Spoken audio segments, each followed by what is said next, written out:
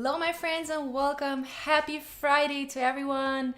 My name is Julia Musalska, and I'm your host of the Made channel. It's Friday, so my tongue does not do what it's supposed to do anymore, and my brain neither. Hopefully, you all had a great week. Let me know in the chat where you all are tuning in from. And today we're having branding Wheel of Fortune. Super exciting. There are 12 topics on it that you guys suggested through my Instagram channel. If you are new here, make sure to check out my Instagram. It's linked below, as well as the two different people that we're going to be reviewing today. So yeah, make sure to stay tuned until the end. And yeah, let's get started. All right, so branding Wheel of Fortune is right here and it's ready to go. The first thing that we're going to be doing is I'm going to read out all the different topics to you that we have on here, and then we're going to turn it. Super exciting. And we have Fergie here. Thank you so much for joining, and Mohammed is joining us as well. Super exciting. All right, so we have some organic luxury skincare. We have jewelry. We have a fashion magazine.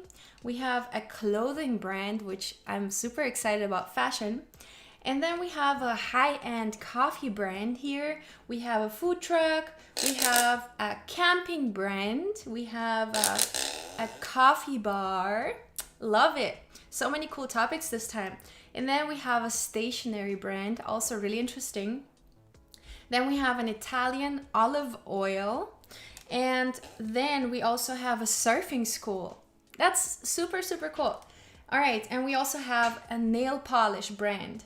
So yeah, really excited. Let's turn the Wheel of Fortune and let's see what we're going to be working on today. All right, are you all ready? Let's do it. Okay, 1, 2, 3. All right, so it's going to be a fashion magazine.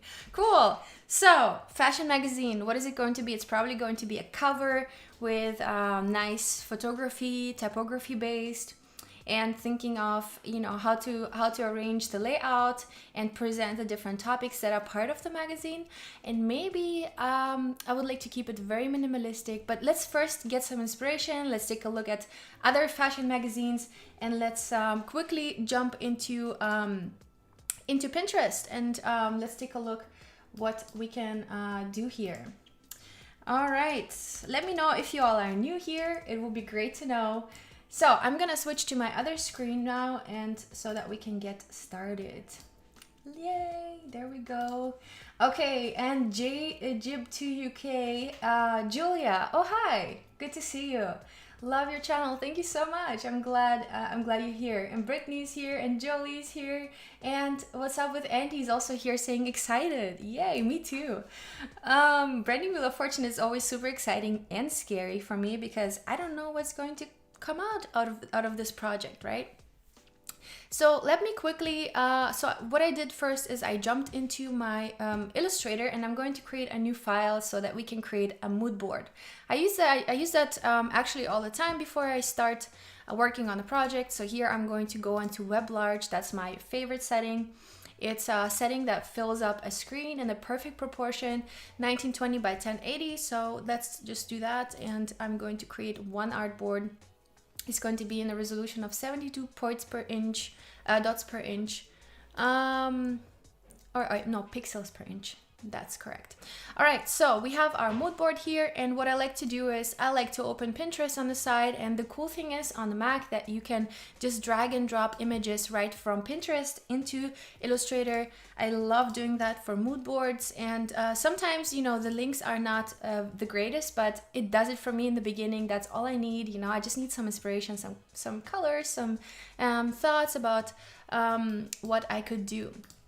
All right, so what I'm gonna do is I'm gonna look up some fashion magazines and some things that are kind of characteristic for fashion magazines, right? So we have Vogue, a very nice cover with like very soft color tones. We have Elle, very you know, bright colors right now. But I believe, you know, name of the fashion magazine always kind of adapts a color from the photo. It seems like if we're looking at this Vogue magazine cover, we can see that the Vogue logo is kind of really adjusted to the photography itself.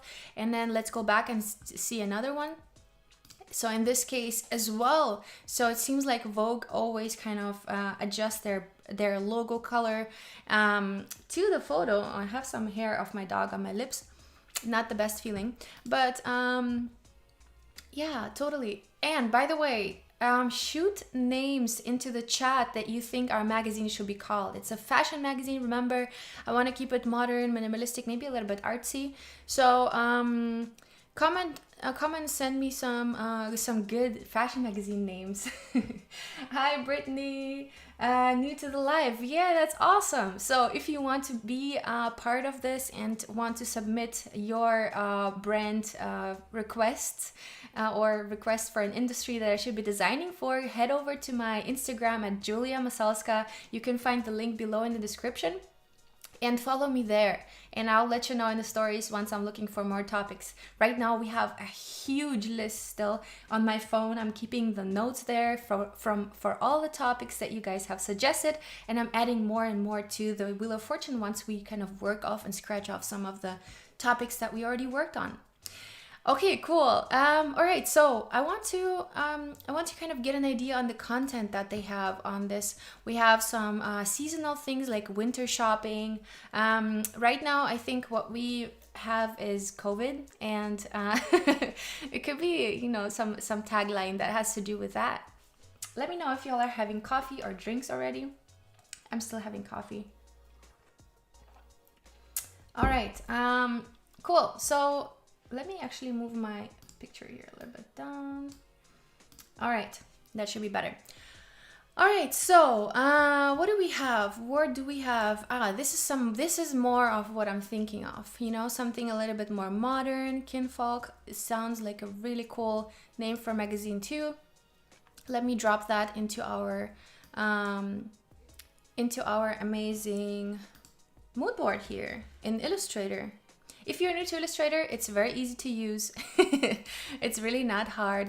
So again, I'm gonna drop this in here. Architecture, okay.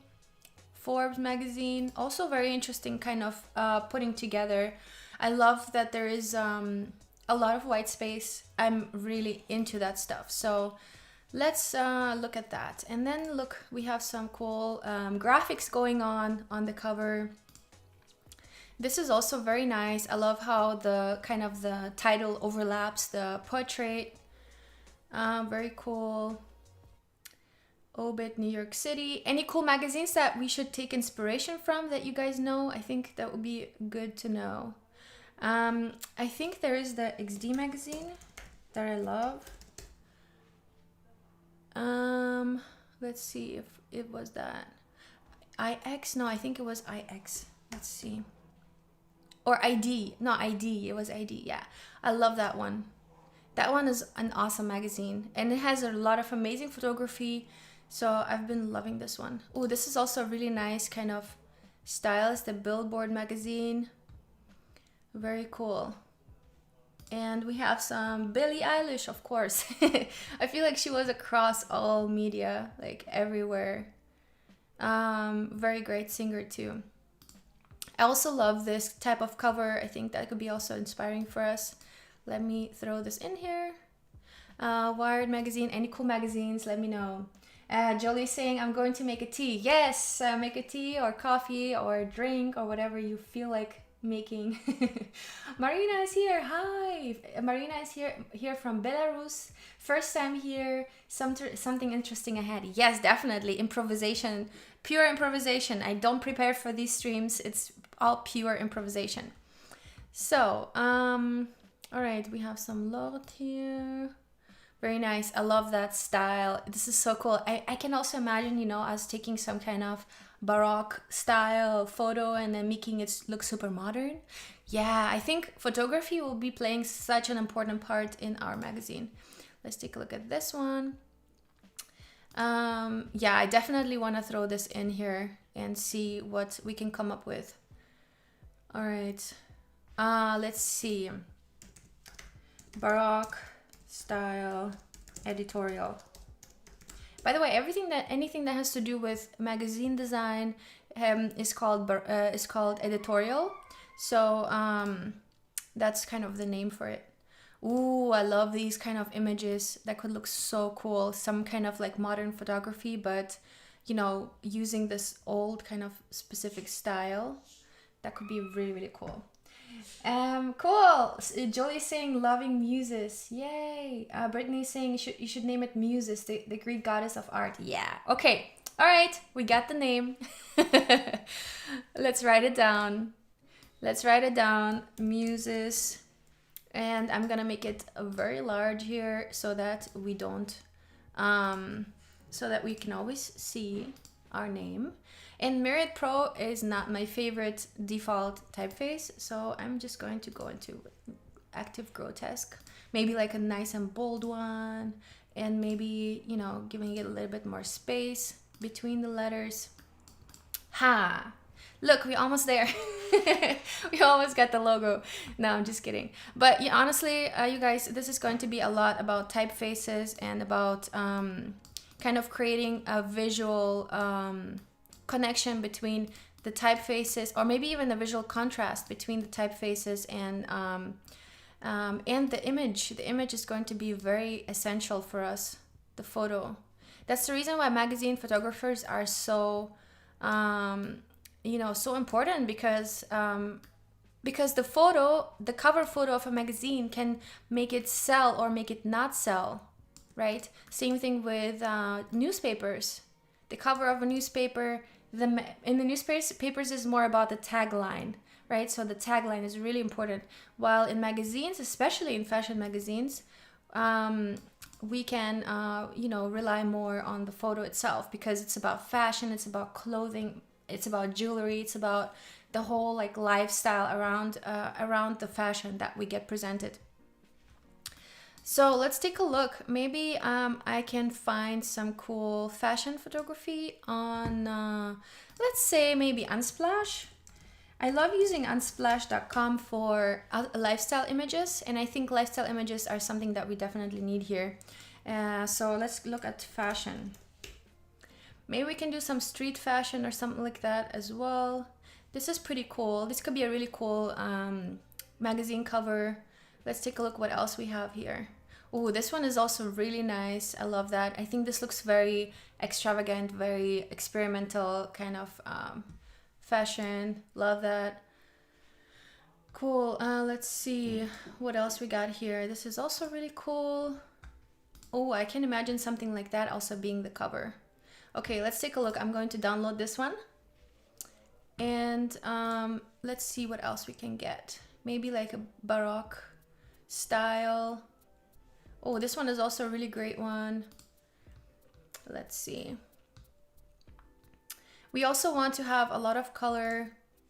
We want to have a lot of color. Oh, this is great. This is an amazing image. The only thing that I would work on maybe is the little dark kind of edges that it has, but otherwise this is great. Oh, this is also a very good one for a magazine cover. Oh my gosh, I'm gonna download so many images, but then we can find something that we like. And you know, the importance is also to have something that where the object is kind of popping out of this. So let's say this image is also really, really great. I love the style here. I love the aesthetic.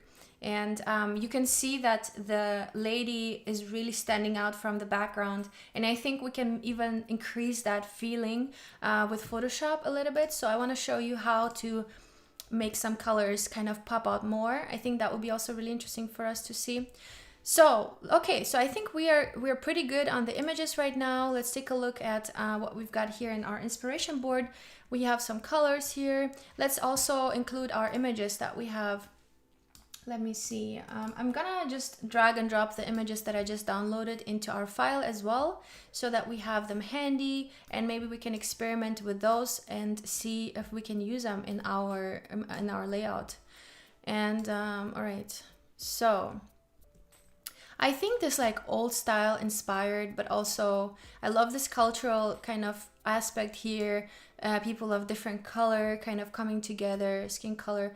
I really love that. Really love that kind of very sexy, very yeah, sexy and elegant experimental photo. I think that could work well as well. As well as this one. This lady is also really good. I think these two could work really good together because the style is very similar. This one could work really well with our title because the title is Muses. Literally, I think this could be so amazing. I can already see this being a magazine cover. What do y'all think? Okay, you should know. There is a women's magazine called Darling. I think that I remember having nice layouts. Okay, we can take a look at that. How do you turn on the magnetic lines in Illustrator so an object in your Illustrator places directly into next? Oh yeah, so it's called Smart Guides, and you go into View and turn on here Smart Guides. And I would recommend you, unless you are really into working with grids and pixels and points, turn all of these off at the bottom. Turn all of these off, just turn on the Smart Guides. Those are the main go-to. The rest, it's rather hindering me than helping me. So, all right. Oh, this is already looking so cool, guys. Muses. This is, yeah. I mean, this is already it, kind of. Let's see. We also are in Women's Month right now, right?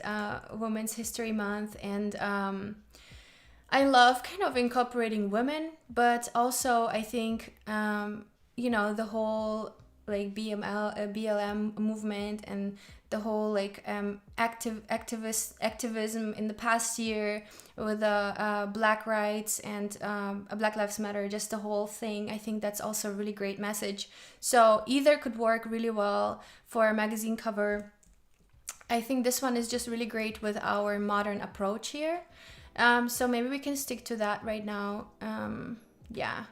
Let's stick to that. So what I'm gonna do now is, to be able to design the magazine cover, is this is only going to be a visual representation for digital publishing. So I'm not going to create a print file yet, but I can show you later on how to create the print file. And usually, you know, magazine covers like that we would make in InDesign. So Illustrator I only use for right now for this editorial cover. That gives us a little bit more flexibility in working with the graphics and maybe modifying the letters or stuff like that, just working inside the vector.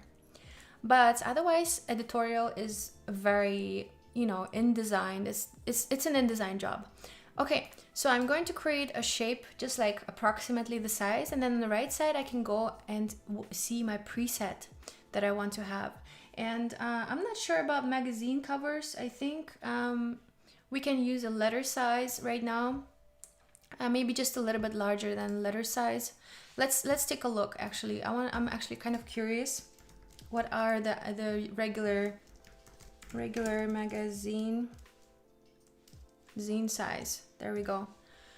All right. So our magazine's A4. Magazine also. A typical magazine size is A4. Okay, so A4 is a very typical European size of paper. It's a little bit longer than the letter size. And what size is A4? How many centimeters is a magazine? Okay, 8 inches wide and 11 inches tall. Okay, yeah, I guess the letter size is perfect for us for now. Okay, so what I'm gonna do now is I'm just literally gonna take this and place it into our cover, and I'm going to take that here as well. And we're kind of almost done, guys. So this is it. This is our cover. No, but this works super well. Active Grotesque is an amazing typeface, but I want to find alternatives. I want to find, you know, not only the header typeface, I want to find the subheader and also the body copy typeface, so the big text blocks. That one needs to be very well legible and in small sizes, so that it's easy to read and it's not tiring for your eyes, right? So I can do that on a separate sheet. Maybe I'm gonna just pull this one to the side, and if you want to only copy the artboard, you can uncheck this little mark. that says move artwork with artboard. I'm going to uncheck it, and now if I copy and paste the artboard, I'm just copying and pasting the artboard without the artwork in it. Okay, so now I'm going to pull this one over here, and now we kind of have our header typeface already. I mean, I think this is looking great. Let me know what you all thinking. Let me know if you think I should experiment further, because I think this could literally stay like that.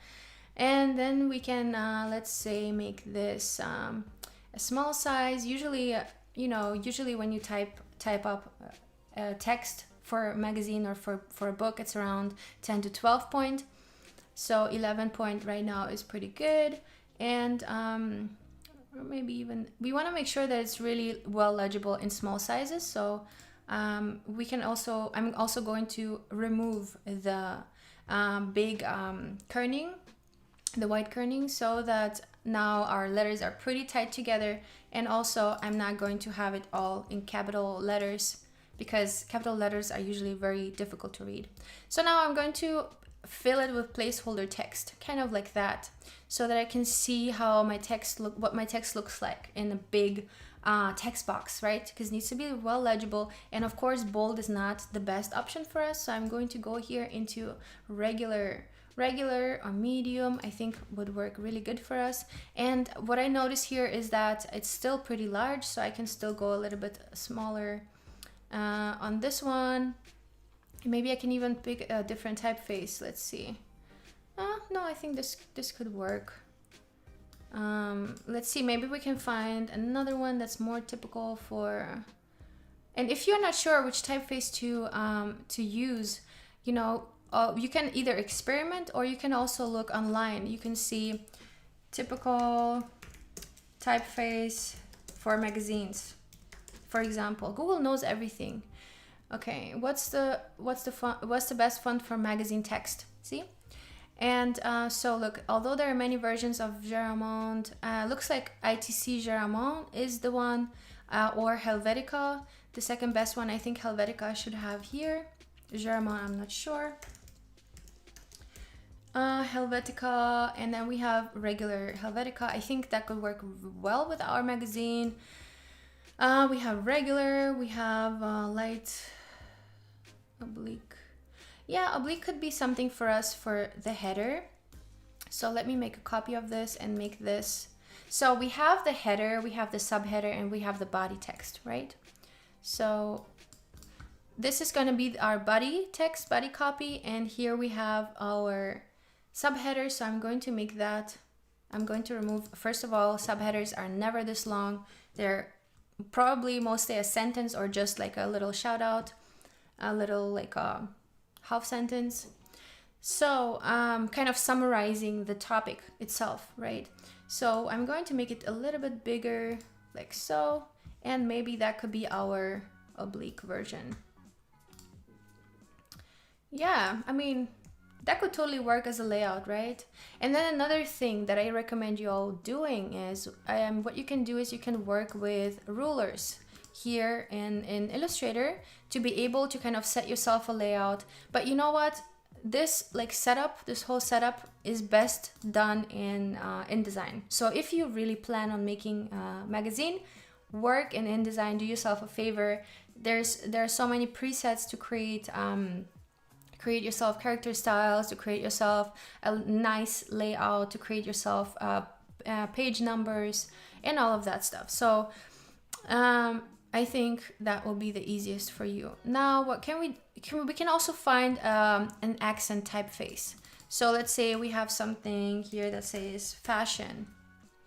So this is basically our main topic that's, highlighted on the right side of the page.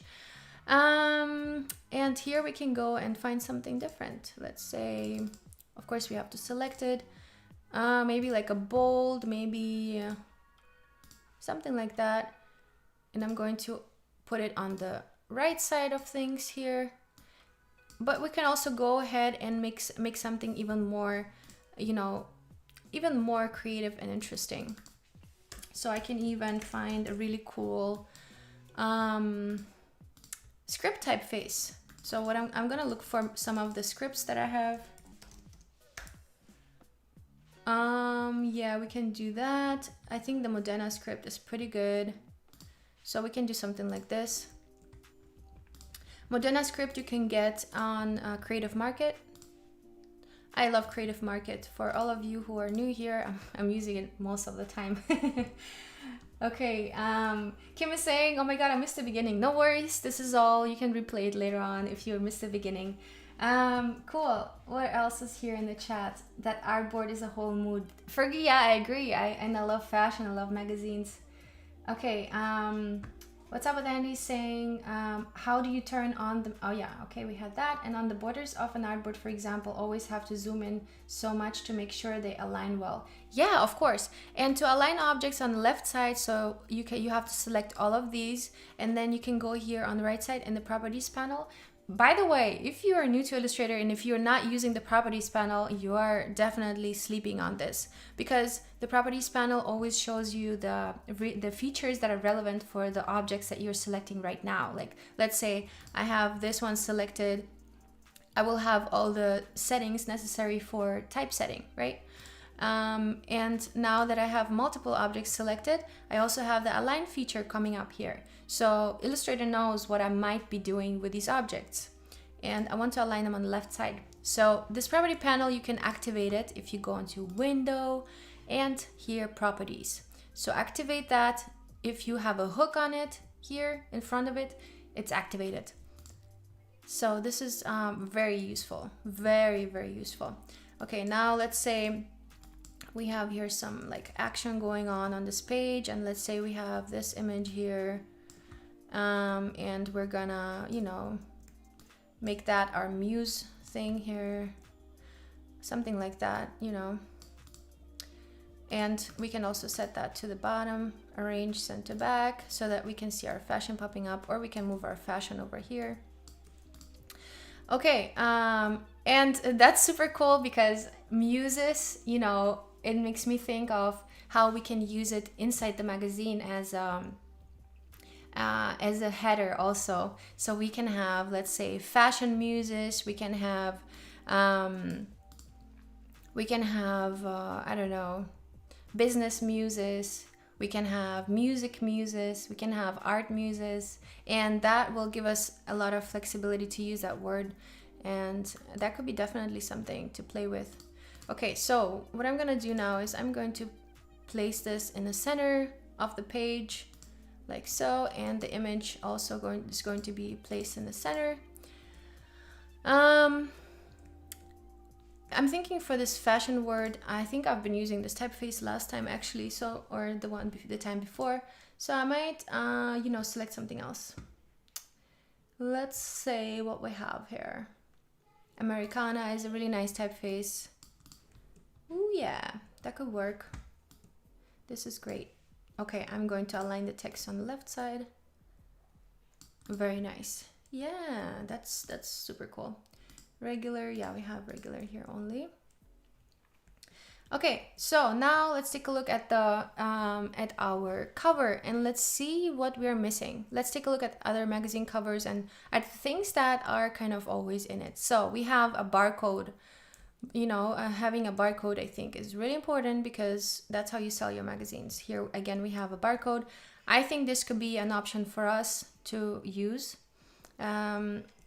I don't really want to have a blocky barcode like this one, because we are having a very clean setup here, and our barcode can literally be placed on the side and it will build enough contrast.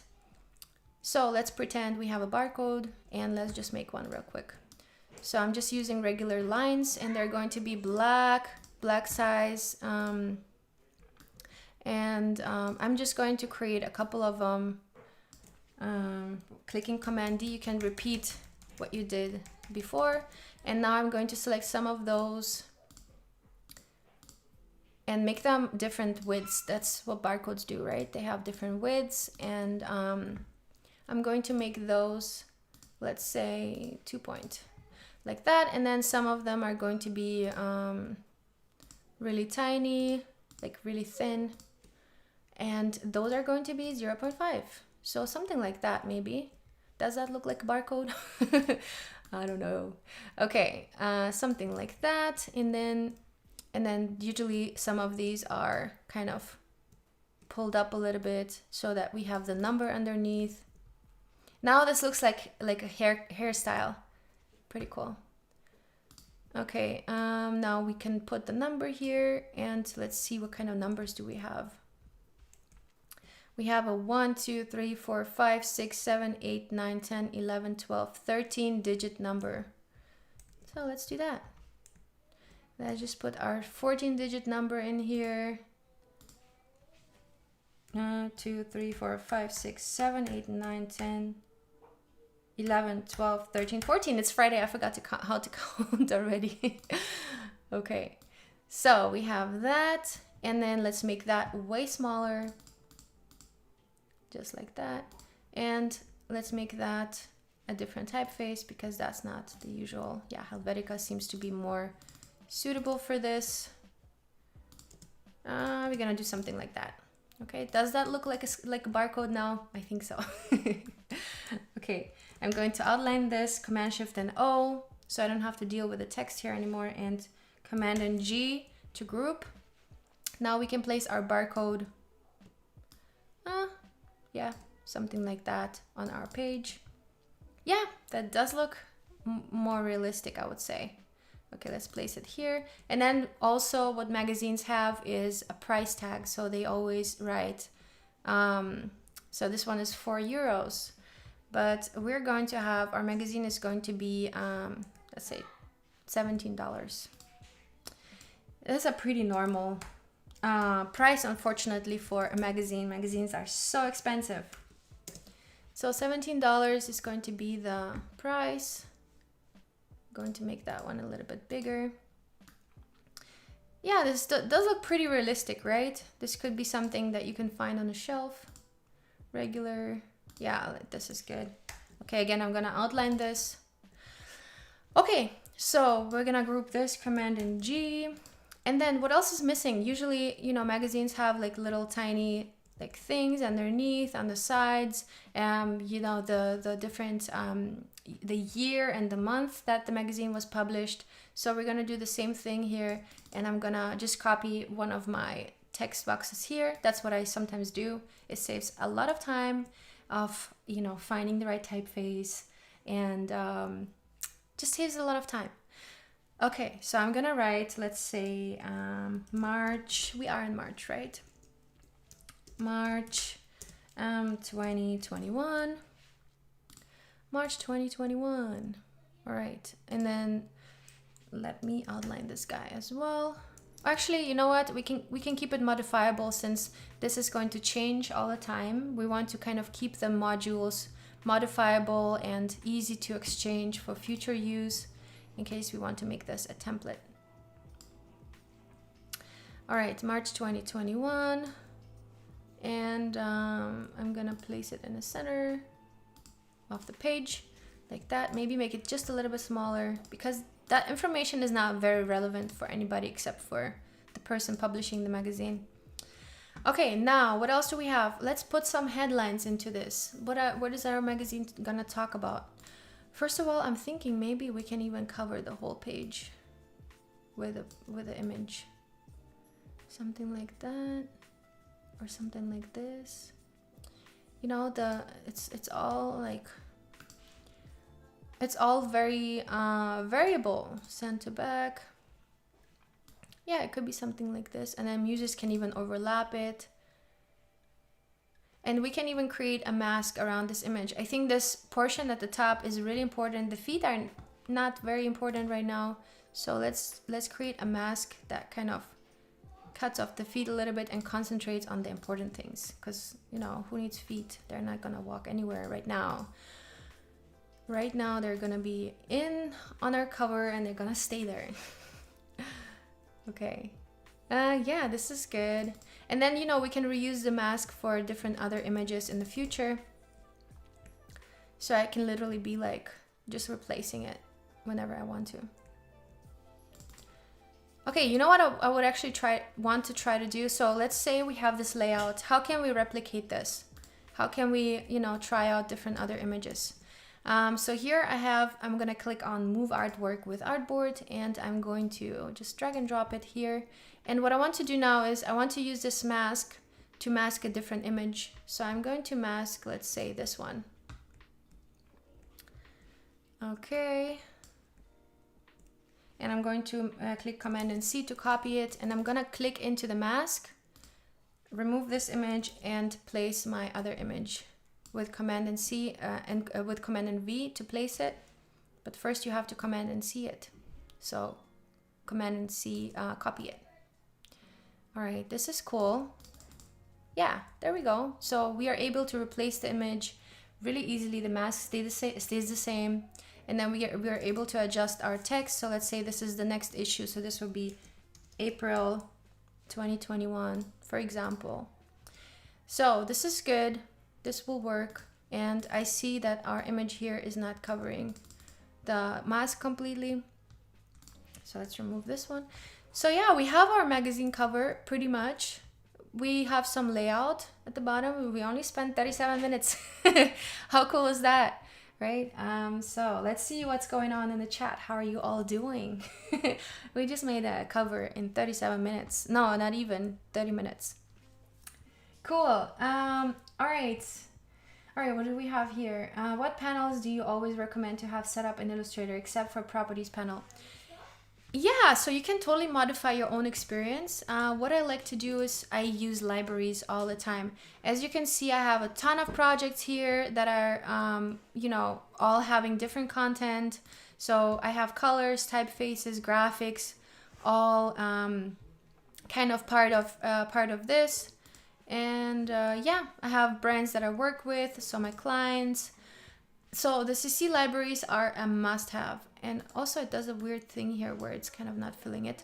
But okay, so let's do this. Just give me a second, I have to close this door.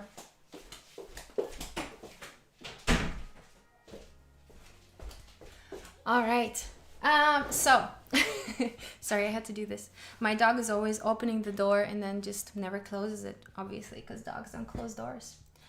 All right, let me know in the chat if you all have pets and if you if they also do funny things. All right.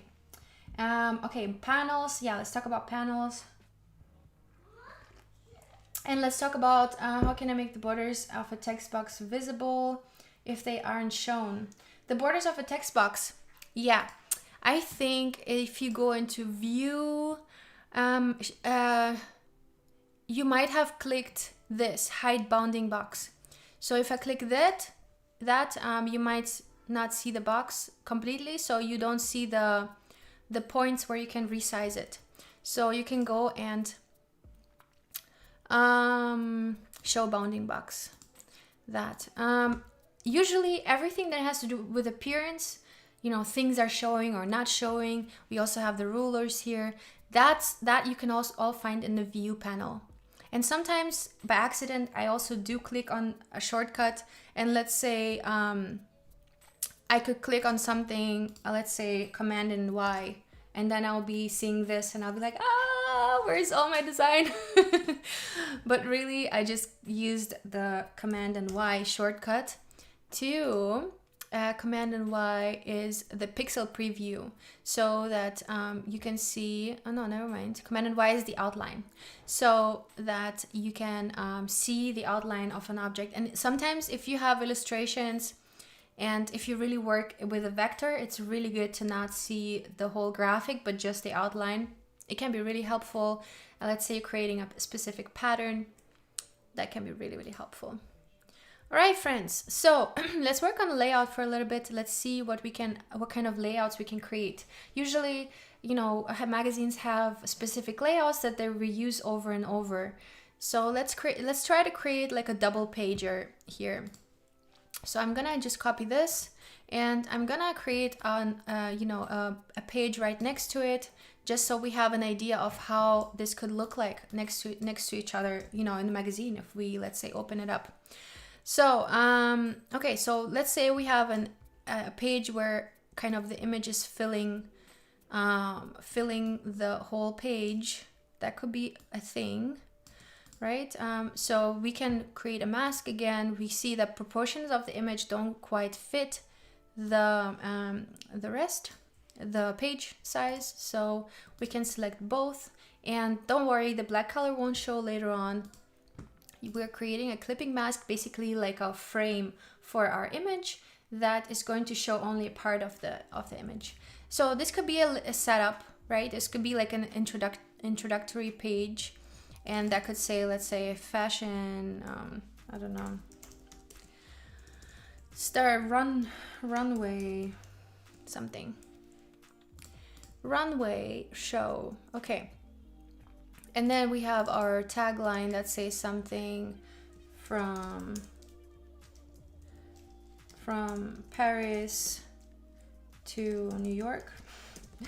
Isn't that where all the New York, meow York, also good. Okay, from Paris to New York. And then we have our text that's kind of talking about what's happening from Paris to New York. And this is just a little intro because there is a whole story behind this. And this composition is better when we show the end of the dress of the lady. Yeah, and thinking about you know, editing images, and I would love to edit this image. So what I'm gonna do is I'm gonna add this to a library.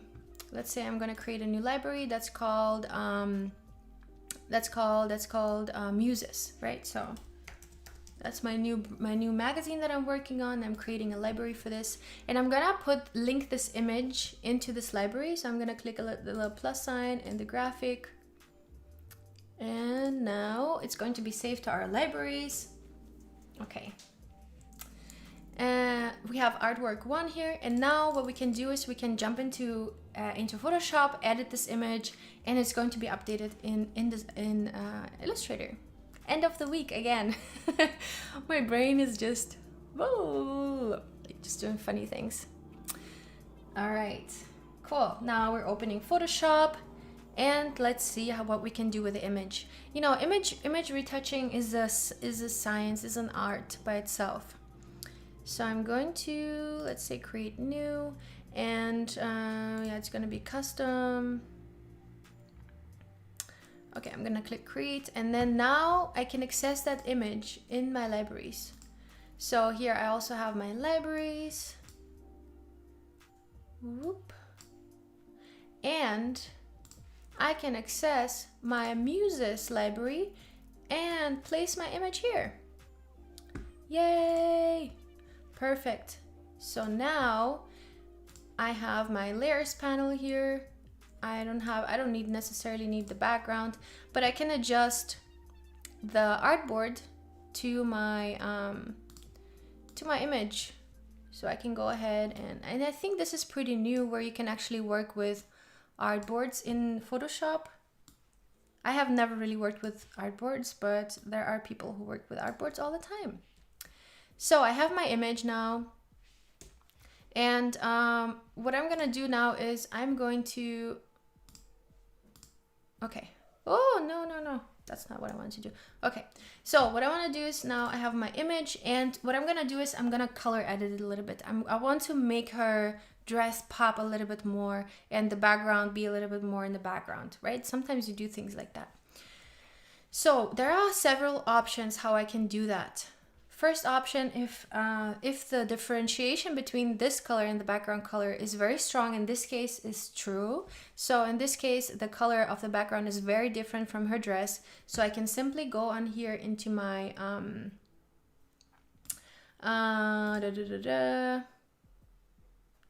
where are all the good things here? Adjustments. I need an adjustment layer. Let's see.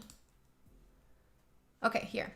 So in my adjustment layer, I want to work on the hue and saturation. So I want to work on the saturation of this red tone here.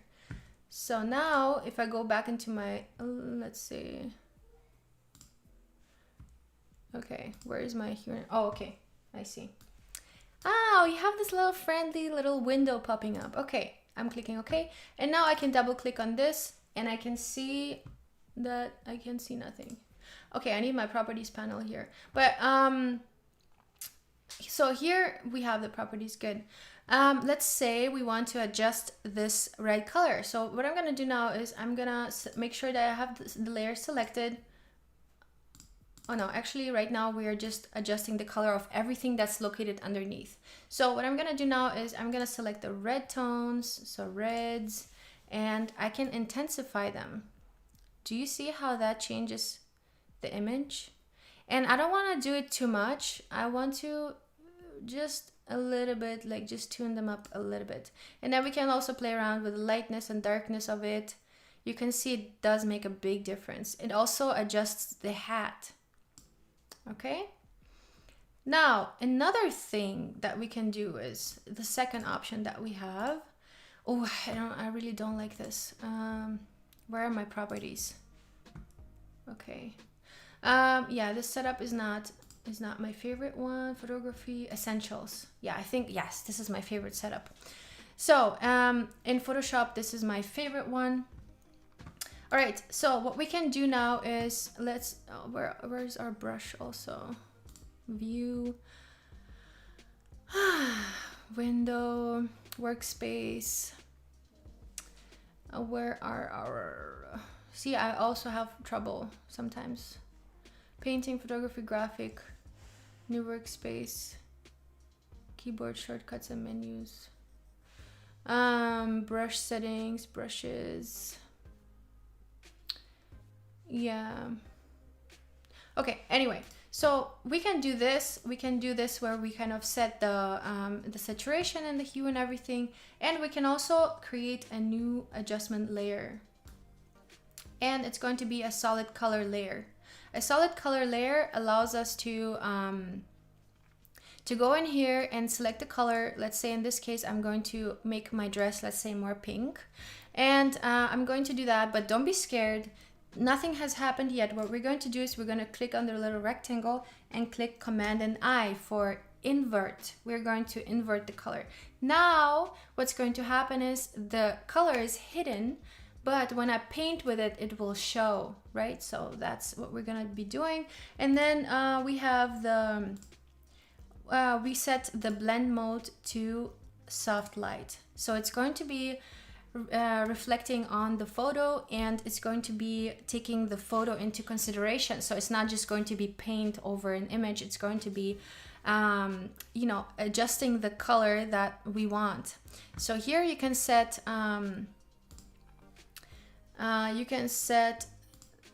okay, so let's pick our brush. Where are my brushes? Yeah, so you need to definitely set up this space here. I'm not sure how to add these little thingies on the side. Screen mode with menu bar. Yeah. Ah, no, this is not it.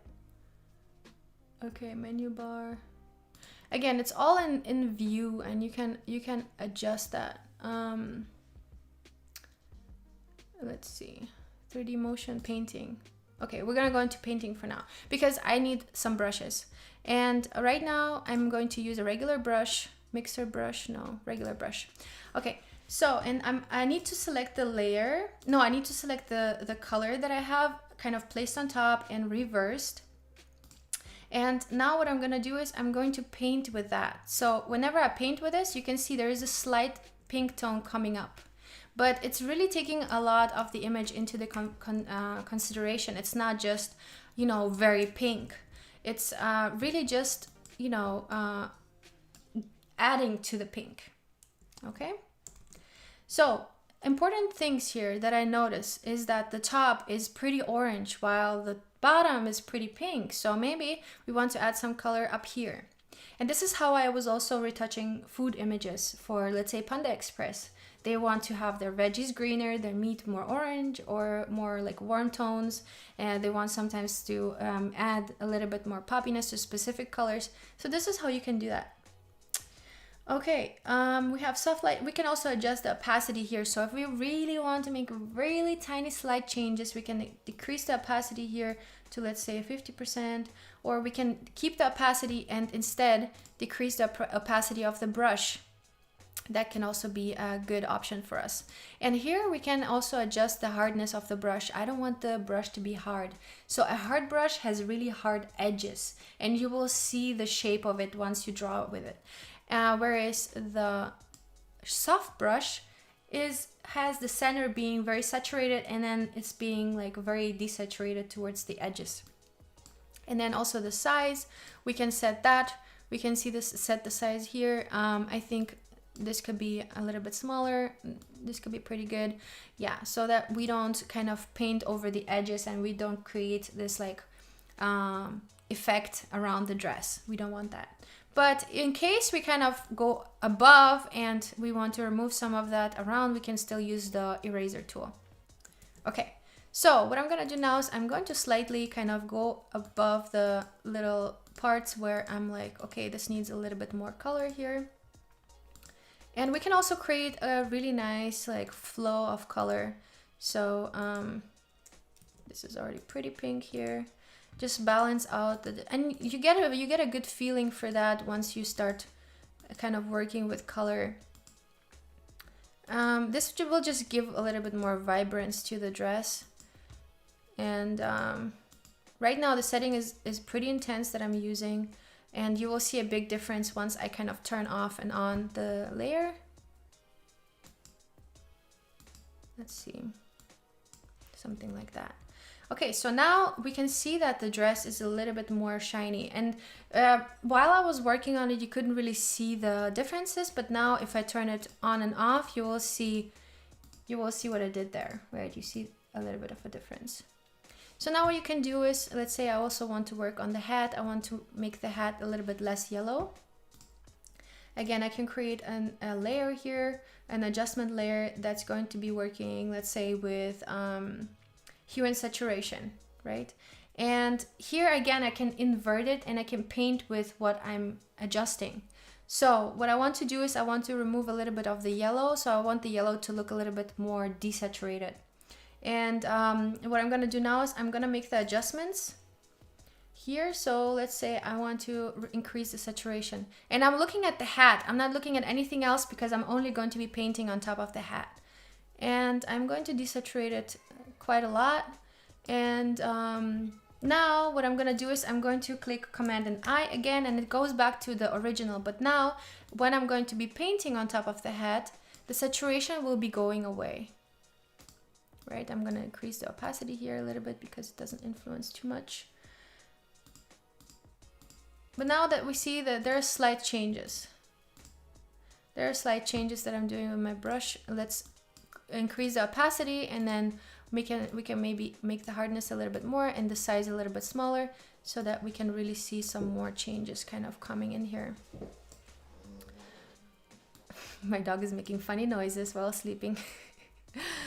She always sounds like an old person, although she's only 1.5 years. All right, so let's see the difference now. Yeah, you can see a difference. It's a little bit less shiny, and now we really concentrate on the dress. Yeah, and we can even go in here and we can adjust the hat later on as well. So we can go in here and say, hey, you know what? It's still too much opacity. You can see that I'm really playing with this area that I painted on. So yeah, I'm gonna decrease the opacity. And now we can see a big difference. Once I turn it back on, you will see that there is a big difference. And that way now we can really focus on her face a little bit, and maybe we can even bring up her lips a little bit more. So I'm going to create another layer that's going to be a solid color layer, and I'm going to go full on the red. And again, I'm going to click on the little rectangle that you probably don't see because it's behind me. But on the little white rectangle, and click Command and I, and now we can paint on the lips. You can see that my brush is now too big, so obviously I'll have to resize the brush, make it way smaller, and also make the hardness a little bit less. Yeah, so I'm definitely painting over the lips, and I can even make it make the brush as small as just 4 pixels. And right now, you know what it's doing? It's in the normal setting. But what I want to do is I want to create a soft light. So now we have created like a very subtle change. And that's also a way to, we can also match that lip color to the dress color, but I think red is a really sophisticated color. So now I can see once I turn it on and off, the lips are popping out a little bit more. Do you see that? Hopefully you can see the difference. Anyway, so now let's say we want to save this image and we want to be like, okay, this is done. Let's see where our window is. All right. So we're gonna go in File and Save. And let's take a look at what our Illustrator did. If it really saved it. Could be the case, could not be the case. But anyway, so this is how you can kind of retouch the image. And okay, save into Cloud Documents. All right. Let's see. Okay. Yeah, so this is how you can retouch the image and kind of still be in Illustrator. I'm not sure if it actually made I don't think it made the edits right now. It's the linked file. But yeah, this is how you can retouch an image. I can still go here and save as. I think I should have saved it before and then saved it in my Illustrator. And then whenever I would make changes, the connection will be there. Okay. So let's see, downloads. All right. All right, so let's see, where's the image? Okay. Anyway, so you got the point. You got the point. And thinking of like layout on the next pages. So how can this kind of go beyond this page and how can we extend, let's say, this article, right? So sometimes we find spreads like this one, sometimes we find spreads that are purely text. Okay, let's see. All right, hi Brandon, hi, good to see you. All right, you have your brush on black. Yeah, I have a brush, I had a brush on black, I guess, but it worked. Okay. All right. Library tip is great. Yay. Brendan saying, saw that Julia was on a while watching VR stuff and got distracted. I was like, let me say hi. Yeah, Brendan, we need to set up a call soon. We need to catch up. Okay, so my friends, MUSES magazine is going. Right? We have our, let's put a little tagline around here. So what I can do is, why is Wendy's calling me? Okay, what is that? Okay, so, all right, so we can put some like headline here. So let's say we had a headline from Paris to New York, runway from Paris to New York.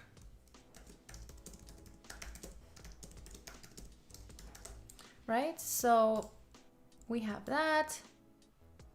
And that can be our headline that we can put on the magazine, right? Runway from Paris to New York.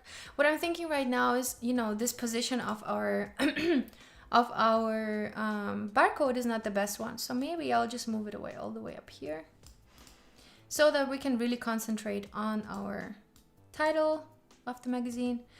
And, you know, to set up a print page like this, what you actually need to have is a bleed around it. So let's quickly take a look how that would look like. I'm gonna create a new file and I'm gonna go into print and I'm gonna go into A4 size, and here I can click on bleed 1 point. We wanna go into inches. And when I click on the up button here, it goes automatically to 0.125 inches, which is a very regular size bleed around the document. The color mode needs to be set to CMYK because this is the color that the printer is producing. It's using cyan, magenta, yellow, and key for black. So it mixes these 4 colors to create the different colors that we have in our color spectrum for print. So obviously those colors cannot be white. White is just the absence of those colors because we are printing on white paper, right? So to create lightness, CMYK or digital print is just using less of the color, right? It's very interesting to kind of try to understand digital and print color, both very different. So RGB would be the digital color, which is kind of how the pixels are. They're made of 3 colors: red, green, and blue. And those colors combined create the color appearance that we see here. So if we would kind of zoom into the picture, we will see into the image. If it's a digital image, we will see a bunch of like pixels that are coming together with different colors. Anyways, so okay, so we have that set up, and now we have the spread, the cover image as a usually it goes as a double page, the back cover and the front cover, because that's how it's printed. But in this case, I'll just show you on the front page, and we're gonna take this design and just place it into the print. And I wanna show you how that will be set up. So what you can do is to paste and place, you click Command Shift and V, and then it's being placed in place just like it did on the other page. But it's kind of taking the orientation from the right side. Here we have the bleed, so I kind of added to the side a little bit. Anyways, so now we have that kind of sorted and we can see that we have a little bit of a different setup here. Why is it actually? This page, what kind of size is this? We can go into properties and we can check. This is letter size and this is A4 size. So let's change that to letter size. Letter right there. There we go. Okay, so we have the same format now, but as we were reading earlier, that's why also the copy and paste didn't really work. So let's copy and paste it again and paste it in place. Command and C and Command Shift and V. And now it's pasted in the exact same spot as we had it in the other artboard. Now that the 2 artboards are the same size, Illustrator knows where to place it. All right.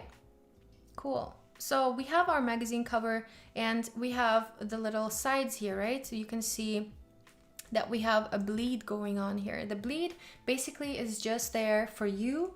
So let's say we had an image like this one and we want to, let's say, extend this like that. And then let's say our mask will go only until here. So what the bleed helps you with. So let's say this is your artwork and it needs to be printed on paper. Obviously the background here will be white and we would have a white edge around.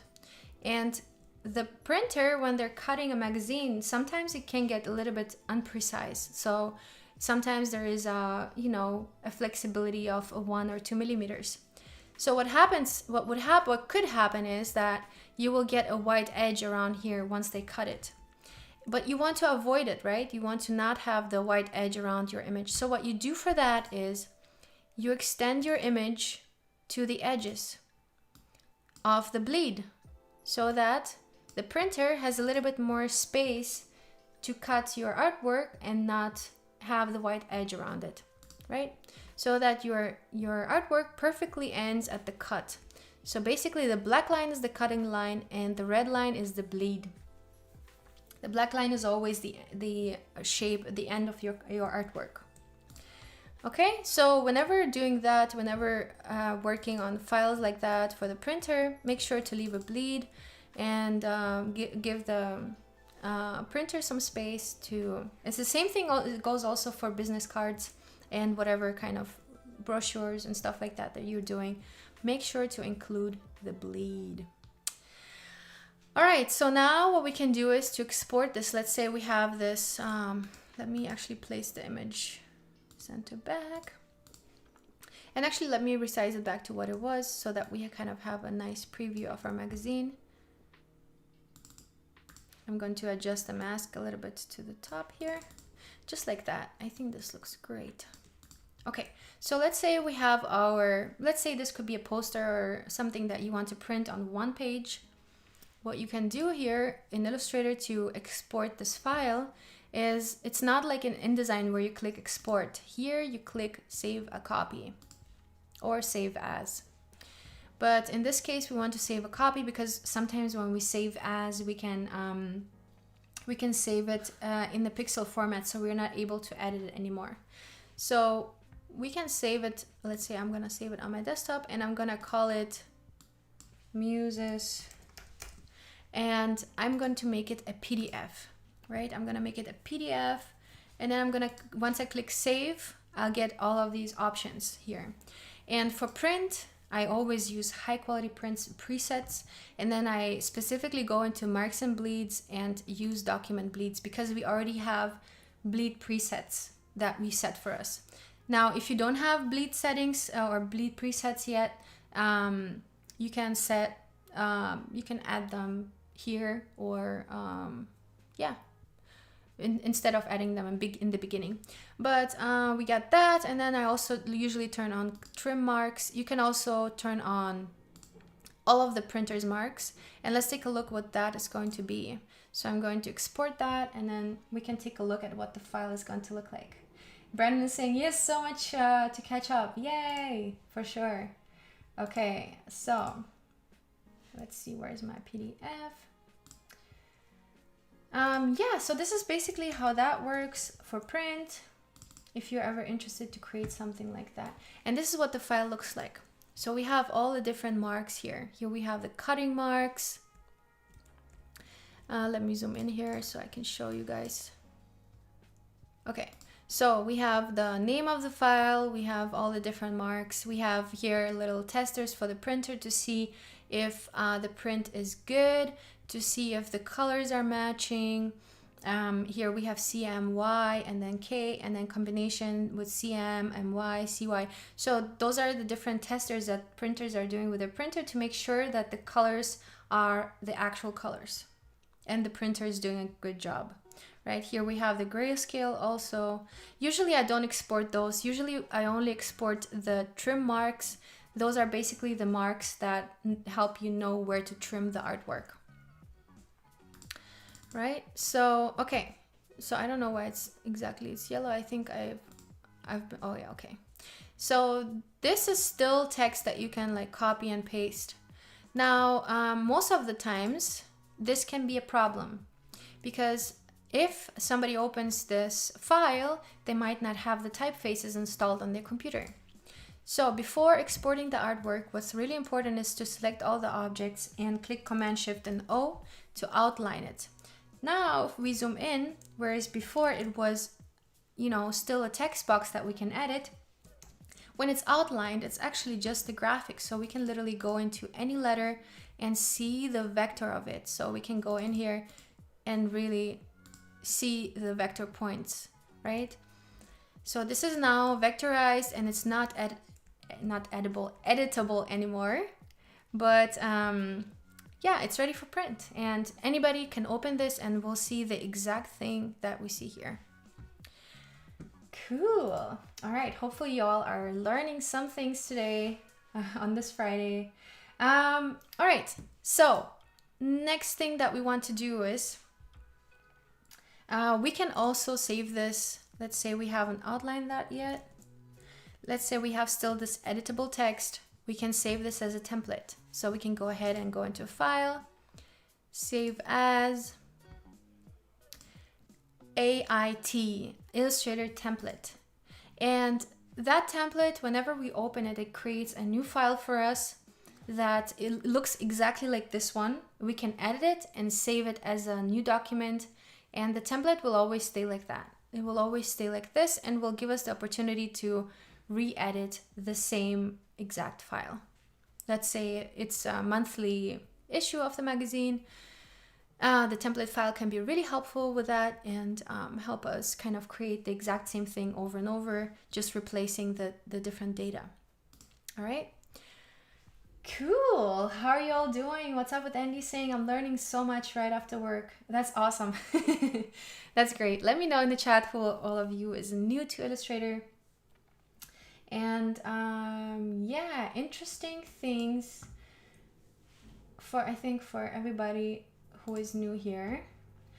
So today we are going to be reviewing some portfolios, and I am super excited to do that. And we have today Finos Creative and Yoli, I believe, here also in the chat. So we have 1 and we have number 2. Let me just pull them up real quick for you. All right. So are you all excited to see some feedback on the portfolios? All right, let's pull that one. And by the way, the links are in the description below. So if you want to follow along, if you want to give them a follow on Behance or on their social media, feel free to do that. All right, we're going to be starting with Yolanda Sabus Vidal from Barcelona in Spain. That's awesome. So Yolanda, thank you so much for submitting your portfolio. Let's take a look at some of your projects. First of all, the description, we have explorer, traveler, and food lover. This is a really nice and not design related description, which is sometimes really kind of beneficial to create a connection with the person viewing your portfolio. Yay! Shamari saying, always learn something new with you. Yay, that's awesome. Cool. All right, so we have some links here. I think this is a good amount of links, and just in general about portfolios, my friends. So portfolios are there for us. Just always remember the purpose of it, right? So do you want to attract freelance clients? Do you want to apply for a full-time job position? Are you just doing it for fun? Are you just doing it to show off to other designers or to inspire other designers? That can also be a purpose for a portfolio. Not everybody wants to work in design just because they are, designing stuff on the daily. So I have seen different kind of purposes for a portfolio.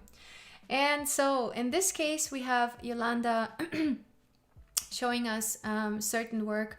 And so thinking of the purpose of the portfolio, if you want to attract clients for freelance services, you should always put the pieces into your portfolio that are relevant to your future clients. Think of what kind of clients you want to work with, and work on projects,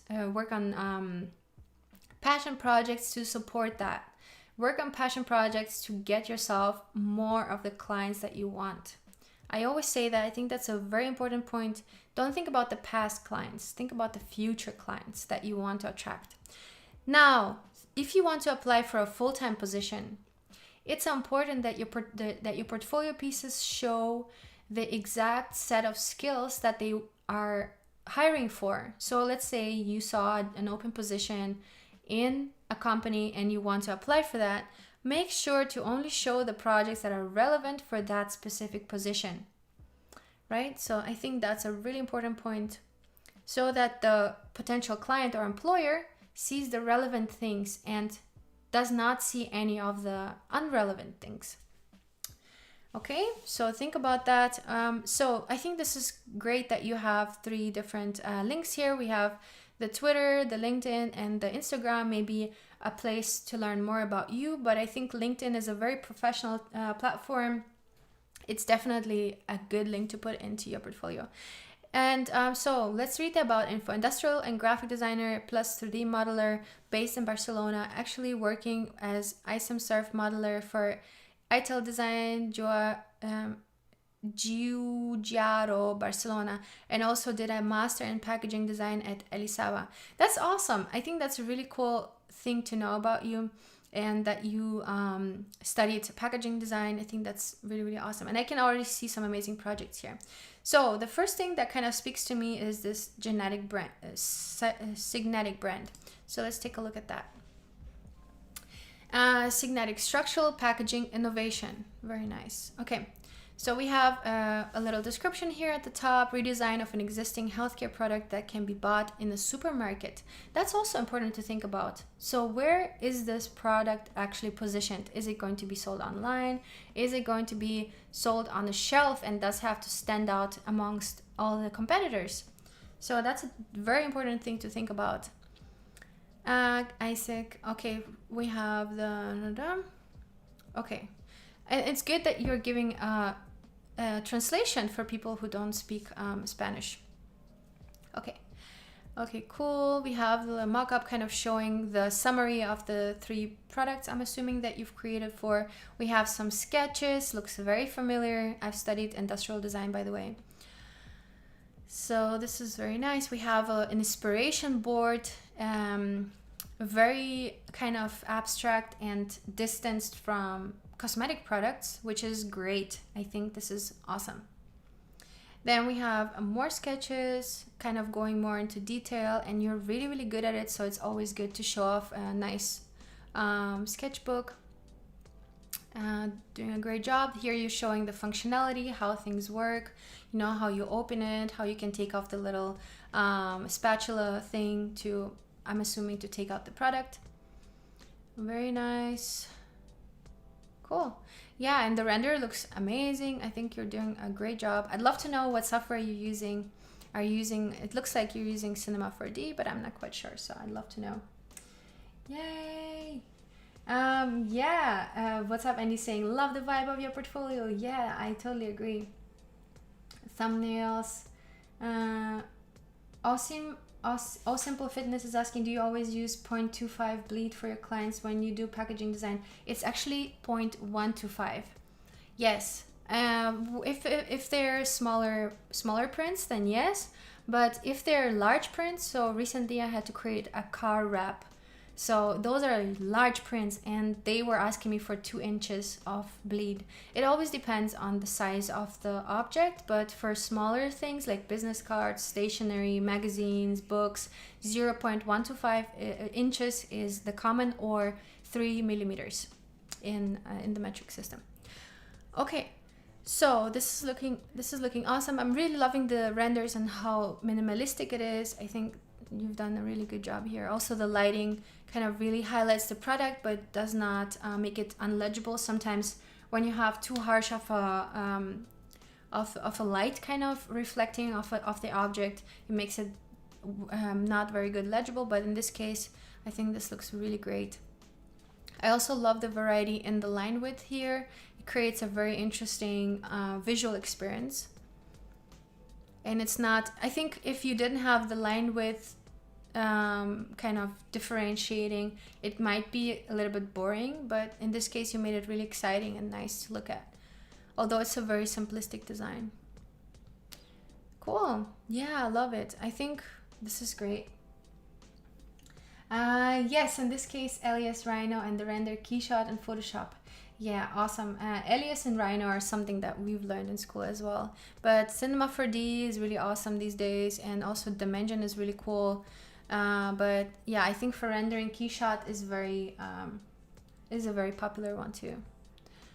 Cool. Gracias. Thank you. I love the little bottom portion that you did here with the thank you. Definitely love it. No, I think this is great. This is a really great project. And I also love how you're showing the process and the inspirational things. I'm just thinking, you know, what if you will put the sketches and the functionality sketches together? Maybe it will make sense. Although I understand how you want to create some kind of like separation, so it's not all white background. But maybe, you know, there is a way to kind of combine background colors. Otherwise, I think this is great. Yeah, this is really nice. This is a really nice project. Definitely thumbs up. Let's take a look at your last project. So what I always say to my students is that last project that you have in your portfolio should be the one that kind of represents your skill set the most and kind of shows your current ability, right? So that make sure that your last project is the one that you're most proud about, let's say, if that makes sense. So let's take a look at that. ¿Por qué no todos somos iguales? Why are we not all the same, right? Okay, cool. Again, I love the English translation and that you're giving an intro. I think this is a really good teaser kind of preview that you're creating. Grupo de diseño. Okay, so here we see the brand system, we see the logo on the grid to see kind of the symmetric of it and how these two objects kind of interacting with each other. I think this is great. I'm thinking maybe to show kind of the proportions between the different letters will be also interesting. So are all the letters the same width, or why exactly did you choose different spacing between them? So I think that would be an interesting point to see. Okay, here we have it in different sizes. Of course, once it gets to a very small size, you don't really want to use any text anymore because it becomes very unlegible. And at this point, you decide to only go with a symbol, with a brand symbol. So this is great. Then we have the different color combinations that you can use the logo with. Cool. For the naming, we chose a new representation of a new idea. The mark is a geometric simplification of a firefly showing the idea with a circle. The name is based on, I think it's always great to have a background and background thoughts that you have while creating something. So this is good. And now you're showing the brand in life, in, you know, how it will be applicated. Yeah.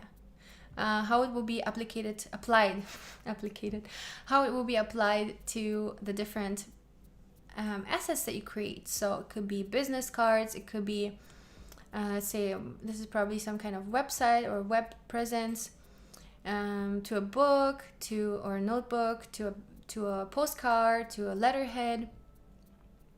So yeah, this is great. And then we have some close-ups, also showing some good texture going on. Yeah, definitely a great project too. I love the simplicity of the element and how you kind of created more complex things with it, like the pattern. Very cool. Also love both of these. This one really shows a human kind of holding something. Looks for me like that, at least.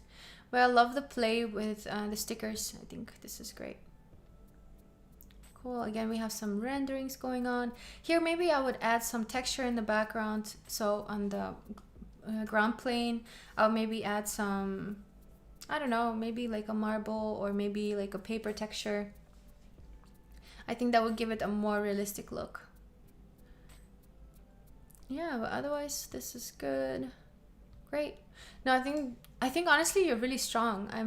I don't see many things that I would improve on. I'm just thinking you have a good amount of projects. You have 12, 13, 14 projects. Maybe there are some projects from the past that you're not as proud about. Maybe you can remove one or two. I think you can totally allow yourself that. Let's take a look at this one. Galerna Selection Cantabrica. Okay, so it seems like, oh, this is a brand and packaging. Gourmet culinary products selected throughout the Cantabric regions of Spain. Cool. Again, really nice packaging. No, I think, Yolanda, honestly, you're super strong at what you're doing. Love it. I think the packaging is amazing. And your renders are also great. The only thing that I noticed in your renders is that maybe what you could do is add a little bit more texture in the background. I think the packaging itself looks super realistic. The only thing that kind of, let's say, tells you that it might not be real is the bottom plane, the ground plane, right? And also the background. So there's one thing that I've learned that's actually a really cool thought, and that the line here in the background shouldn't be as sharp because it's in the background, right? So usually if a camera, let's say you wanted to make it look like a photo, the foreground is usually really sharp, but the background isn't. So if there is a connection between two planes, that connection should be really blurry. And I think that can really help you also to improve your rendering. So just blur out a little bit the line and then give it a little bit more texture. This is looking great. I think the products themselves look super realistic. Super realistic. Cool. No, this is great. I think You did a great job here. Yeah, it almost looks like a photo. I think this is really great. Here on the glass, I have a good friend who is super professional in rendering, and there are surface imperfections that you can download. And you can look for surface imperfections on glass, and then you can apply them to your glass, and that can also help you create something that looks more natural, more realistic. The only reason why I would think that this is not real is that because the surface is really perfect. Right? So that's actually really the only thing. Otherwise, it's looking great. Cool, awesome. Yeah, I think honestly, Yolanda, you're doing really, really great. Here in the background, your cover image, maybe use something like a combination of your products, maybe that you've created. I think that would be really cool. Pineapples are super cool. I love the mood of them, but maybe it can look a little bit more like not professional, but as in like really represent yourself as a professional designer, right? Although I love this. This is giving a really nice mood. Or maybe like a texture that you use a lot in your design, maybe like a paper texture, or maybe like a close-up to one of your products that you've designed, something like that. This is also really nice. I can't stop looking. Sorry guys. Royal Crown, Signature Cola, best flavor since 1905. Yeah, great work here again. That's all I can say. I think the design is amazing. Oh, you know what? I saw the little things. This is the little things. So here in the back, you have the barcode, right?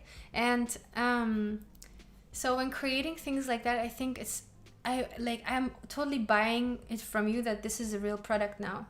Now, if I see the 0000, it tells me now it's not a real product, you know? So maybe, and I always say that whenever creating mockups or renders, make sure that it's realistic. Don't use lorem ipsum, don't use like placeholder text. Make it as real as possible and use names that maybe that even are connected to the brand. I think that gives it way more realistic appeal. But Yolanda, just a little tiny thing that I would improve here. But otherwise, I think this bottle is just really amazing, and you did a great job again here creating some animation, little GIF. Nice, cool. This looks great. Yeah, no, you're doing great. You're doing great. Love this one as well. Yeah, I really love your style, and you are a very good packaging designer. I really love that. And thinking about, you know, packaging and that being your strength, show off the packaging on the cover picture. So let's say here, if you have designed some packaging, I would show that off. Oh yeah, it kind of is part of but you can't really see it. It's kind of hidden on the left side. But yeah, you did the packaging here, looks like. Yeah, this is super cool. Maybe even this could be a cover image, or maybe this could be a cover image. Yeah, make sure to show off your strengths, or this could be a cover image. All of them could. Yeah, very nice. No, you're doing great. It's just very tiny little things, and if you really want to focus on packaging, show the packaging on your cover images. Great job, Yolanda. Honestly, I think this is a really great portfolio, really great work, and I wish you best of luck. Hopefully I could help you in any way. All right, cool. All right, want to create another portfolio with my personal brand, and I want to create a proper one, so new pictures and things. Yeah. Okay, cool. So next one up, we have Finos Creative. Okay. All right. So thoughts, digital UX. Okay. First of all, I already love the hover here. So whenever I hover over an image, it shows me what this project is all about. While when I don't hover, it shows me the name of it. So this is a great way to design your portfolio. I also love the way you put your logo on the side. I think it makes it look really clean.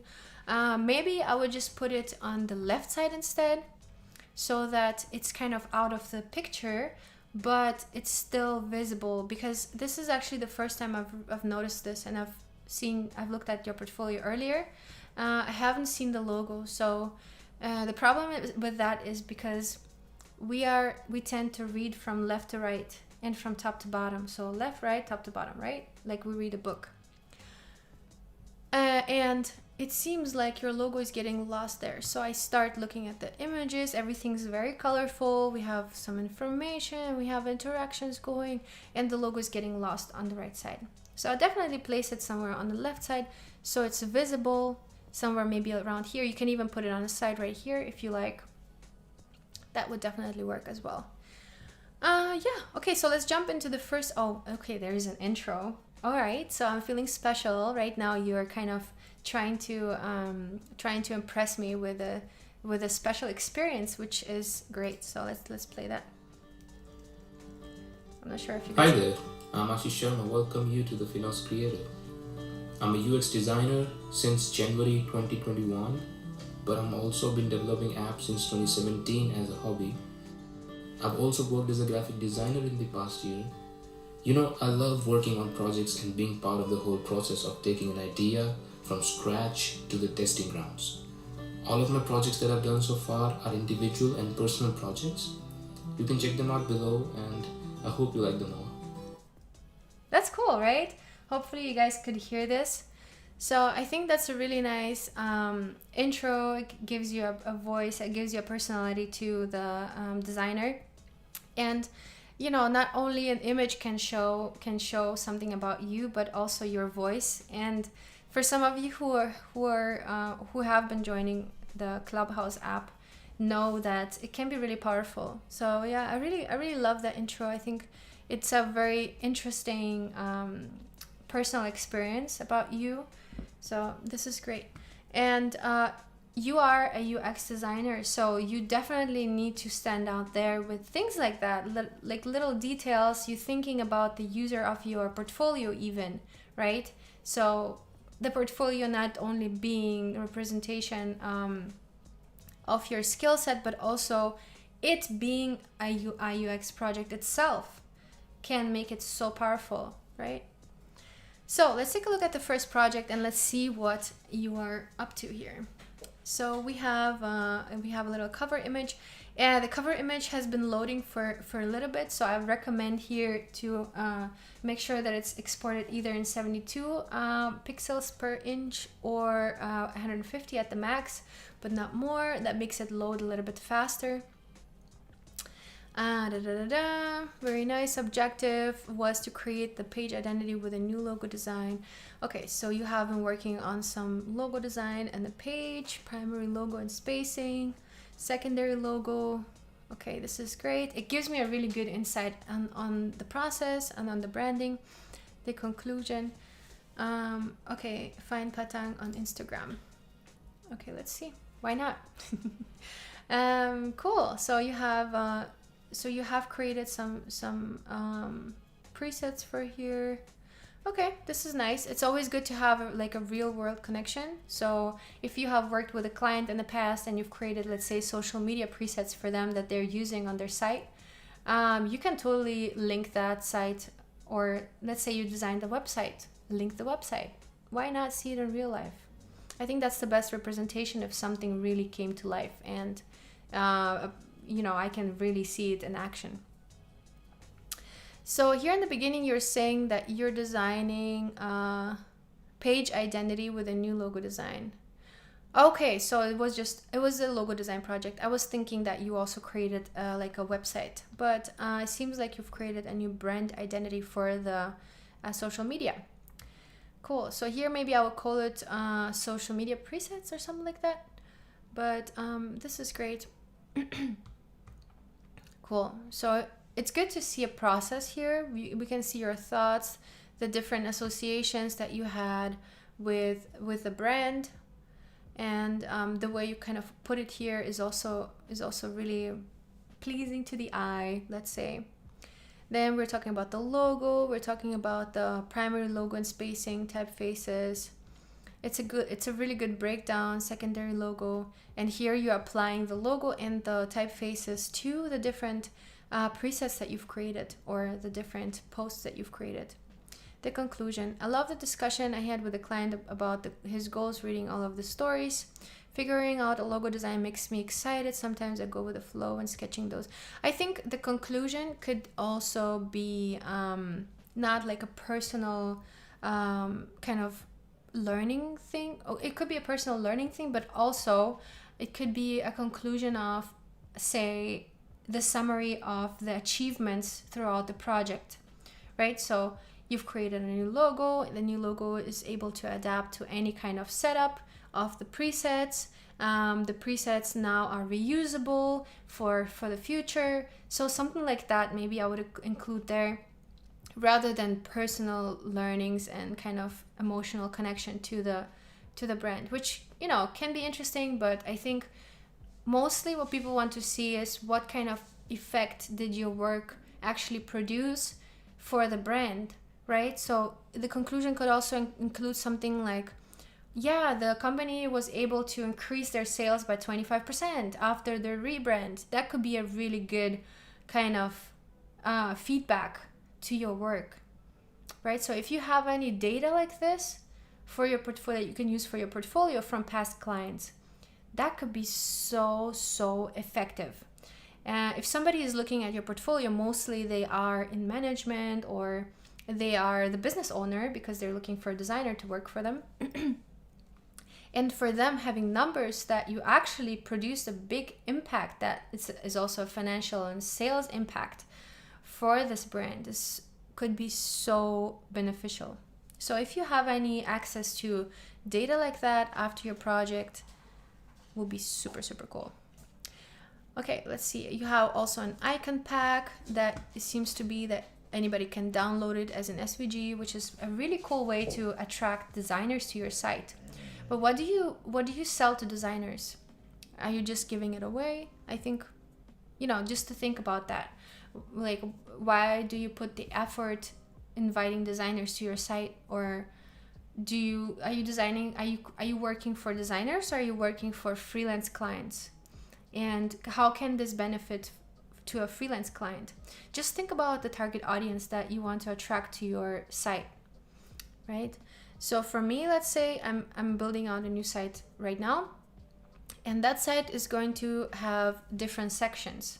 One section is for when a client comes to my site, and one section is for when a designer comes to my site who wants to learn something, right? So I will have completely separate sections for them, and I will definitely separate it because I will have different products. I will have my freelance work that I want to sell as a product, and I will also have a course and merch that I want to sell. Essentially, you need to keep in mind that as a designer, you need to, you know, also be financially successful to be able to practice it more, right? Because otherwise, if you don't get any income, how are you going to survive? So even offering something like this to designers for $1 could already make you money. Just think about that. Or giving out a free set. Maybe they want to sign up for a newsletter or something like that. And later on, I don't know. Later on, maybe you can invite them to your courses, something like that. So just, you know, just keep in mind that although I understand thinking, you know, of doing that for passion, and I love that thought, and I also do that a lot. But just keep in mind the target audience. Anyways, don't want to stay here for too long in that topic, but I do want to stay on your portfolio. So let's take a look at the next project. And the next project is Saral app. So it looks like this is an app design, and it's great to see, you know, the ready product in the beginning. I think it gives a good insight and important kind of first step that the client will probably, or the potential client will probably keep that attention there because they already see it's a great product. So now they want to see, so how did Finos Creative make this? And here we have an info, we have the scope, we have the objective, we have the time frame. This all looks very professional, I have to say. This is great. And then we have the challenges, we have the logo and spacing. You're keeping the same format throughout the different projects, which is what I love. I think this is great. pop-ins, right? So you're summarizing the typefaces. Here in the spacing, maybe I would make the lines a little bit less dominant. Right now, they're really standing out from the logo, and I would make the logo the most dominant part visually, and then make the lines very subtle, right? Either using a light gray color or making them very thin so that they don't stand out as much. But otherwise, I think this is great. Secondary logo. Okay, then another thing is, what exactly is the circle? What's the circle related to inside the logo? Usually what we do is, so let's say I will take the letter S. The height of the letter S in this logo proportionally should be the same, telling me the distance that this letter is supposed to be the distance to the logo, right? Right now, I don't really know what this circle is sized. I don't have any proportion reference inside the logo itself. So that's what it's done for, that you have a reference to the logo, or you can even take the L as the proportion kind of element. So the L could be placed here, it could be placed here, it could be placed here to show the distance in all directions, right? So make sure to do that. Right now, it doesn't really make any sense. Okay, secondary logo, color, okay. Secondary logo. Okay, so we have these circles. Okay,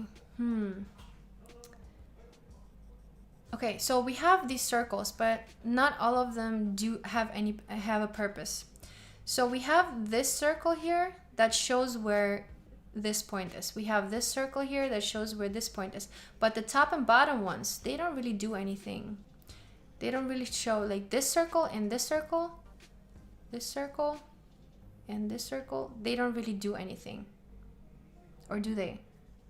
At least to me, it seems like there are so many circles, and I'm not sure about the functionality of them. But what else? Again, here I would work on the dominance part. So here we have the lines that are very dominant, and they almost like overload the logo itself. But really what you're supposed to see is the secondary logo. It should be very clear and very visible, and then the lines should be very subtle, just to show, hey, so this is the proportion to that, and this is the size, and this is how maybe the geometrics behind it. So maybe like this is a line in the center, this is a line in the center, you know, and maybe like there is a circle distance between each circle. That could be something, right? Just think about it and more into depth over here. Okay. Then we have the research process, then we have the design process. And I remember Finas Creative, you are also telling me to be harsh on the feedback. So I'm trying to find as many things as possible for you. Okay, so here, although this is really high level, I mean, this is a really high level portfolio. I'm just really complaining on a very, very high level. Anyways, so here we have, again, these lines that are descriptive, and these schematic lines are also very, very dominant. I would make them a little bit more subtle. You can do that by either reducing the width, make them less bold, and the second option will be make the color a little bit lighter, so there is not so much contrast. Maybe make them a light gray or a medium gray, since your background is kind of already light gray. Empathies, define, ideate, prototype, test. Learning from prototypes to spark new ideas. Okay, this is kind of the design thinking process, right, that we're using. Empathies, define. Okay, again, here I would write empathize. Right now it's empathies. So empathize, define, ideate. So it's kind of like a call to action. Define, ideate, empathize, right? Empathize. This seems to be like just a spelling mistake here. So it's IZE actually, or ISE in the UK, I believe. I'm not quite sure about it. Okay, learning from prototypes to spark new ideas, they reveal insights that redefine the problem. Okay. Reveal insights that redefine the problem. Test, reveal insights that redefine the problem. Test, reveal insights. Okay, so I definitely have to think too much at this point. Maybe I'm just thinking, is this relevant? Is this relevant? Because this is just a very generic scheme. You know, it's something that I can find, that I can apply to any project. But what does it do for your specific project? Maybe there is a way to use this scheme to show your exact process with this app, and maybe to show the actions that you actually did throughout this project. So we can find, let's say for empathize, we can find different characteristics that go here and just write them here. And then we have define. So what exactly did we do with those, with the empathize phase? How did we define it for this specific project, right? So that's what I'm thinking could be useful here, because right now it's just a generic process scheme, if that makes sense. So yeah, definitely I would use this to put the actual things that you did, right? Maybe you had some learnings throughout the projects that are relevant, and that when you tested, you found out that this and this and this, that maybe some people don't understand a specific thing. And then you went back to redefining, and then you made specific changes or adjustments to your design. What were those adjustments and specific things that you changed? That could be relevant here. Okay, user flow. All right, this is good. Okay, so user flow, we have welcome, we have sign in, sign up, verification. Which way does it go, right? I would definitely add arrows here, because it's not very clear which way it goes. Does it go from forgot password to sign in to welcome to search, or does it start here and goes through all of these things? So definitely add arrows here. Here we have a little, yeah, okay. We have like just visually, just very, very small details, but we have here the line is kind of connected to the blue rectangle. Here we have a lot of space, right? So why exactly did you leave space in some, and in some you've connected with a background rectangle? Does it have any specific meaning, or were you just lazy to create two lines instead of one that goes through all of them? You know, like that's kind of my thought here. All right, again, here we have this line, and then we have this line that's really close. So does it have a meaning why you're changing the distances? All right, yeah, definitely work on the way you're showing the scheme. Okay, cool. We have the user persona. This is always really, really cool. Married, 2 kids, location, traveling, exploring new places, spending time with her family, motivation, goals. Here, just in terms of layout, we have goals, and it's positioned closer to these points than it's to these points. So it looks like this, because the location is closer together, it looks like goals belongs to that, and motivation is just floating around. So make sure to keep a little bit more distance between motivation and the points, and goals and the points. So here I will increase the distance, or maybe decrease the distance between goals and the points, and motivation and the points. Cool.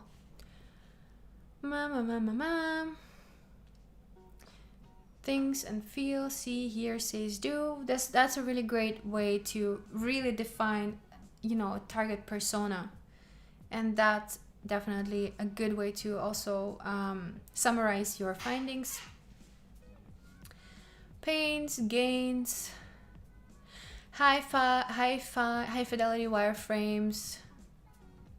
Okay, cool. Yeah, I definitely really enjoy seeing the whole process. I think it's in UX, it's so important to see the whole process. Hi Fahad, good to see you. All right, yeah, okay, so illustrations, did a good job on the illustrations. AC service, they're pretty cohesive. Nice job. You're also reusing the colors over and over, which is great. I'm just wondering how these illustrations are going to work in a very small size. Let's say if they're on a mobile phone and if they're really tiny, make sure to test that out definitely. Tools design, button style, call helper. Very nice. This is a very detailed project and I think, you know, you did a great job here. Cool. Awesome. Great job. Finos Creative. Okay, find a Behance. Now, another thing that I love saying in portfolios is, so let's say we have scrolled down through this whole project and now we have to either, here your call to action is find on Behance, right? Instead, your call to action should be reach out to me right now because I want you to hire me for your project. This is the call to action should be very clear, and right now it's taking me to Behance, so it's taking me away from writing you an email and gives an extra step.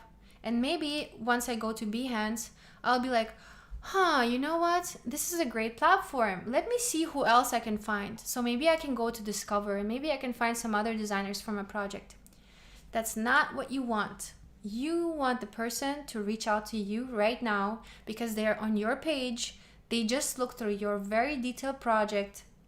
They took the time and now you're just losing them. Instead of find on Behance, put here, reach out to me, or let's connect, or let's chat about your project, or feel free to reach out. You have the email here, but it seems to be like a secondary, you're a UX designer. So it seems to be like a secondary call to action. Seems to me. This is the primary call to action. It's large. There is a big button around it.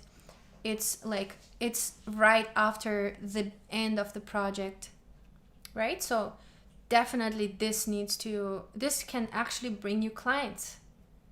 And you wouldn't know how, why people are not contacting you. And that's because you're bringing them into a platform where they can find millions of designers, other designers, and they might be better than you, which, there's always someone who's better, but you're just giving them 1,000 more options right now instead of reaching out to you. So this needs to go, there needs to be a reach out now, or I wouldn't make it so like harsh. I would not say it so directly. I would say it more of like, let's get in touch.